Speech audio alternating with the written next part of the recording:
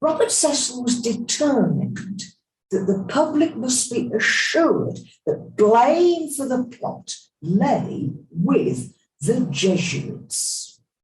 Father Oswald Tessamond managed to escape the country, but in January 1606, Father Henry Garnet, after enduring 8 days in a priest hole with no sanitary facilities, was captured at Hindlip Hall near Worcester. He was tortured. A guilty verdict was engineered against him, and he too met the death meted out to traitors. And although Catholics continued to be debarred from any kind of public office, there were no further reprisals visited upon them, as both Robert Cecil and the King were satisfied that the infamous gunpowder plot was solely the work of a small fanatical group.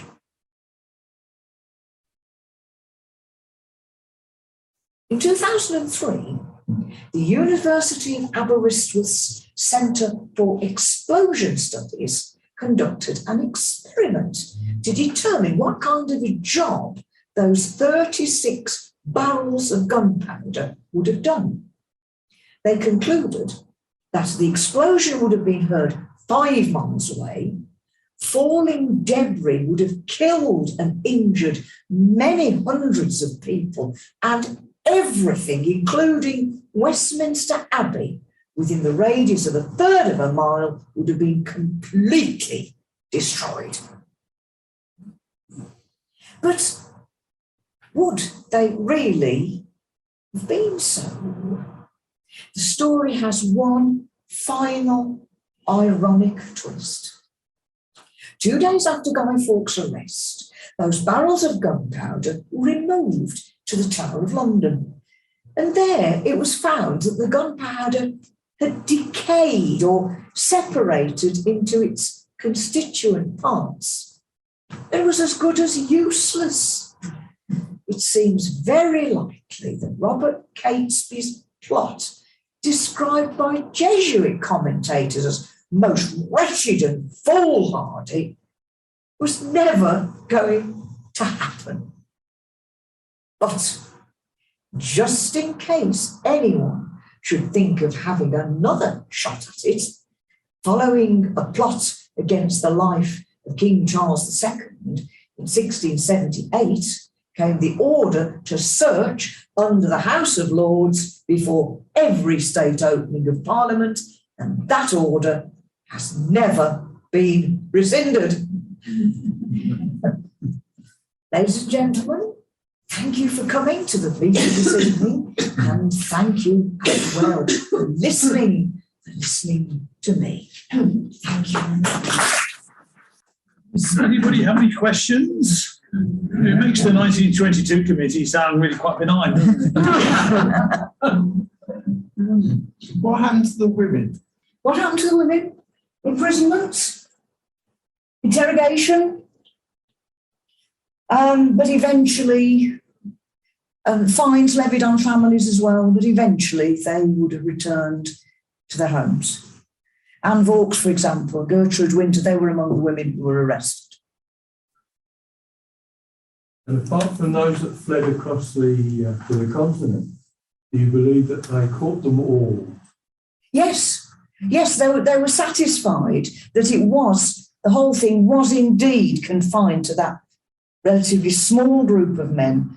And from the evidence they'd taken from Guy Fawkes, they knew the names, and they knew that they'd either been killed in the shootout at Holbeach or had been captured, tried and executed. So was an Act of Parliament that we have the one fortnight? Yes, that's right. It was indeed. An Act of Parliament was passed that the failure of the gunpowder plot was actually to be celebrated every year on the 5th of November. The 9-year-old grandson asked me that question. He said, why do we celebrate someone trying to kill King? Yes. You know, why do we have that? Why do we celebrate the terrorist act? I would just say that the whole thing was, I think, sort of to fix in the public's mind that this dastardly plot, there's no other word for it, had providentially come to nothing. So it's to celebrate the life of the king. That's what It's the failure, not this. Yes, not the attempt. failure of the plot is what's celebrated. Yes, So they asked me that question on. yes, yes. I can answer it. So I don't.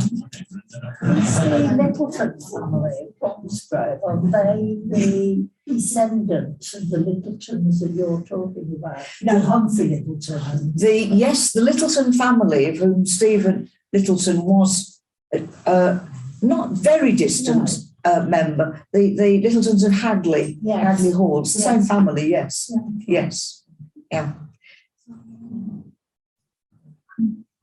And do you know when, I've got it vaguely in mind, when the prohibition on Catholics taking a role in British society was finally repealed? I've got Well, it was like 1830.